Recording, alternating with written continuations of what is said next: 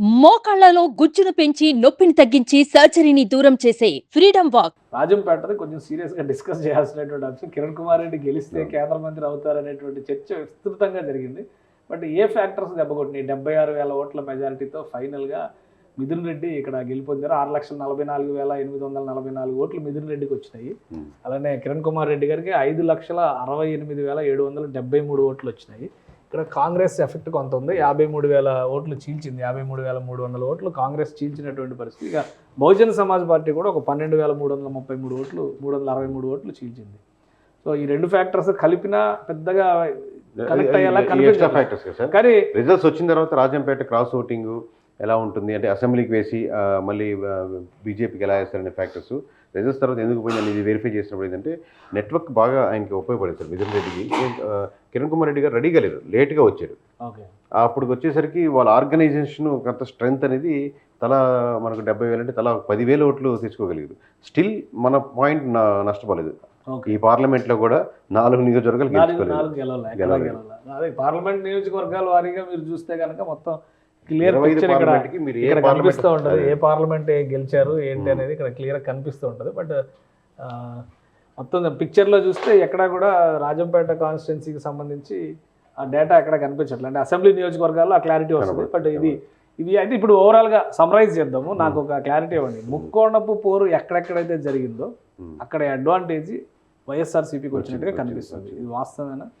అంటే depends sir. ఇప్పుడు అరకులో ముక్కోనపోని అని కాదు, అరకు పక్కన పెట్టచ్చు. ఎందుకంటే క్రాస్ ఓటింగ్ చాలా ఉంది కాబట్టి కమ్యూనిస్ట్ పార్టీ కూడా అక్కడ తెచ్చుకుంది. నోబడి ఇప్పుడు కమ్యూనిస్ట్ పార్టీకి ఎవరైనా వస్తుందని ఎక్స్పెక్ట్ చేసి ఎవరు దాన్ని ఏకీభవించలేరు. సో దాన్ని కన్సిడర్ చేయలేము. ఇప్పుడు మీకు కడప అది మటుకు ముక్కోన పోటీ అని చెప్పి కన్సిడర్ చేయొచ్చు. బట్ అనుకున్నంత ముక్కో పోటీ జరగలేదు. ఎక్స్పెక్ట్ చేసిన ముక్కోన పోటీ జరగలేదు. అందరూ ఎక్స్పెక్ట్ చేశారు. సో అది ముక్కోన పోటీ ఎక్స్పెక్ట్ చేసిన జరగలేదు. మీకు రాజంపేటలో వచ్చేసి రాజంపేటలో పెద్ద మార్జిన్ డిఫరెన్స్ చేయలేదు, 70,000 ఉన్నాయి. సో అక్కడ ముక్కోన పోటీ ఏం జరగలేదు. ఇంకోటి sir parliament Araku Tirupati tough fight. Tirupati వాళ్ళు ఇద్దరి మధ్య టఫ్ ఫైట్, ఇద్దరి మధ్య జరిగింది. టఫ్ ఫైట్ లో అక్కడ 1000 ఓట్లు వచ్చింది. సో ఇది ఓవరాల్ గా KK survey versus actual figures అనేటువంటిది చూసినప్పుడు మీకు ఏమనిపించింది? మీ రిపోర్ట్స్ రికార్డ్స్ అన్ని కూడా కరెక్ట్గా వచ్చినాయి అనేటువంటి? కరెక్ట్గా వచ్చాయి సార్. ఆ తిరుపతి పార్లమెంట్లోనే అంటే మన అసెస్మెంట్ వాళ్ళు 1000 ఓట్లు తేడాతో, అంటే నియోజకవర్గానికి 1000 ఓట్లు. మిగతా రాజంపేట, అరకు, పాడేరు మనం ఎగ్జిట్ పోల్లో చెప్పాం 3 నియోజకవర్గాల టైట్ని చెప్పేటప్పుడు ఈ 3 టైట్ ఫైట్ ఇప్పుడు ఎడ్జ్లు. ఎందుకంటే ప్రతి పార్లమెంట్లో 4 నియోజకవర్గాలు క్లియర్ కట్ మెజారిటీలు కనబడుతున్నాయి మళ్ళీ ఆడ. సో అప్పుడు ఆ మెజారిటీలు చూసుకుంటే ఎక్కువ అవకాశం ఉందన్నాం. బట్ ఆ మెజారిటీలు ఇటువైపుగా పార్లమెంట్ వైపుగా మూవ్ అవ్వలేదు. ఓకే. అలానే ఏపీ లెక్కలు చూసుకునేటువంటి క్రమంలో మనం ఓవరాల్గా ఇప్పుడు స్ట్రాటజిస్ట్ల శకం నడుస్తుంది. పీకే లాంటి వాళ్ళు వెనబడే వాళ్ళు ఇప్పుడు కేకే ఎక్కువ వెనబడతారు. సో ఏంటి కేకే ఫ్యూచర్ ప్లాన్స్ ఏంటి? ఈ రిపోర్ట్ తర్వాత వస్తున్నటువంటి రెస్పాన్స్ తర్వాత మీ ప్లానింగ్ ఎలా ఉంటుంది? రిపోర్ట్స్ ఆబ్వియస్లీ అద్భుతంగా ఉంది సార్. మామూలుగా ఒకటి ఏంటంటే పీపుల్ బిలీవ్ చేసేవాళ్ళు ఇంతకుముందు లక్షల్లో ఉండేవాళ్ళు ఇప్పుడు క్రోర్స్ ఆఫ్ పీపుల్ అంటే ఎక్కడో ఏ దేశంలో ఉన్నా కానీ మాట చెప్తే అన్నది ఇప్పుడు చాలా మీమ్స్ నా మీద జరిగేది చూస్తుంటారు మీరు సోషల్ మీడియాలో.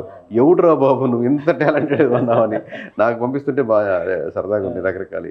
సో ఓవరాల్గా ఇప్పటివరకు మనం సుమన్ టీవీలో చేసినటువంటి వీడియోస్ అనేది ఒక కన్క్లూజన్ వీడియో లాగా మనం చూడాల్సి ఉంటుంది. ఎందుకంటే మొదటి నుంచి కూడా ఎవరికి పట్టం కడతారు, ముఖ్యంగా ఏ నియోజకవర్గంలో ఎవరికి పట్టం కడతారు, ఇవన్నీ కూడా అనలైజ్ చేసుకుంటూ వచ్చారు.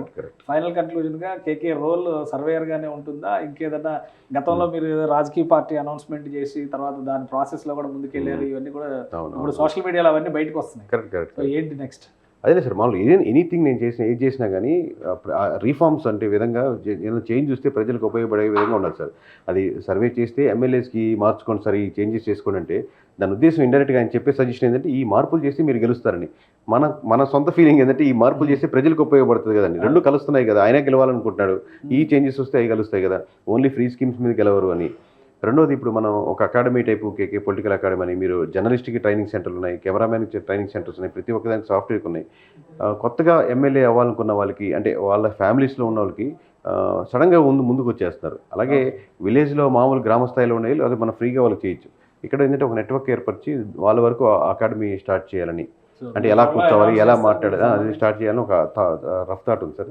ఎవరు ఏ క్లాసెస్ ఏ సెషన్స్ ఉండాలి, దానికి కరికులం డిజైనింగ్ ఏంటి, ఎన్ని డేస్ అవసరం అవుతాయి, దానికి ఏ వేటి మీద మనం వర్కౌట్ చేయాలి, ఎన్ని డేస్, ఇట్లా అన్ని డిజైన్ చేశాక ఒక ప్రాపర్ ప్లానింగ్ వస్తుంది సార్. సో అనౌన్స్మెంట్ ఎప్పుడు ఉండొచ్చు? లేదు, ఇప్పుడు ప్రస్తుతం బ్లర్ థాట్, ఇలాంటి థాట్స్లో ఇలా చేయాలని ఉన్నాయి. దాన్ని మెటీరియలైజ్ చేయడానికి కొంచెం టైం తీసుకుంటాం. Right, thank you KK analysis అందించినందుకు. ఫైనల్గా KK versus Keshav reports complete అవుతున్నట్టుగా మనం చూడాలి. ఇది ఓవరాల్గా కేకే చేసినటువంటి సర్వేలు అన్నింటినీ కూడా సుమన్ టీవీ ముందుకు తీసుకొచ్చేటువంటి ప్రయత్నం చేసింది. ఫైనల్గా యాక్యురేట్ రిజల్ట్స్ వచ్చేసిన తర్వాత రెండింటి మధ్య కంపారిజన్ రిపోర్ట్ ఇప్పుడు మనం చూసాము. కేకే వేసినటువంటి అంచనాలు దాదాపు 99% కరెక్ట్ అయినటువంటి పరిస్థితి ఉంది. అలానే దేశవ్యాప్తంగానే కాదు, ప్రపంచవ్యాప్తంగా ఉన్నటువంటి తెలుగు వాళ్ళందరూ కూడా ఈ అంశాలపైన రెస్పాండ్ అవుతున్నారు. కాబట్టి ఇది ఒక కంక్లూడింగ్ రిపోర్ట్. అలానే తన ఫ్యూచర్ ప్రస్థానానికి సంబంధించి కొన్ని ప్రత్యేక ప్రణాళికలను సిద్ధం చేసుకున్నట్టుగా కేకే చెప్తున్నారు. సో ఆంధ్రప్రదేశ్ రాజకీయాల్లో ఈ గెలుపు ఎటువంటి మలుపుకి దారితీస్తుందో మనం వేచి చూడాలి. ఇది special discussion. Keep watching. Suman టీవీలో మీ పర్సనల్ అండ్ బిజినెస్ ప్రమోషన్స్ కోసం కింది నెంబర్కి కాంటాక్ట్ చేయండి.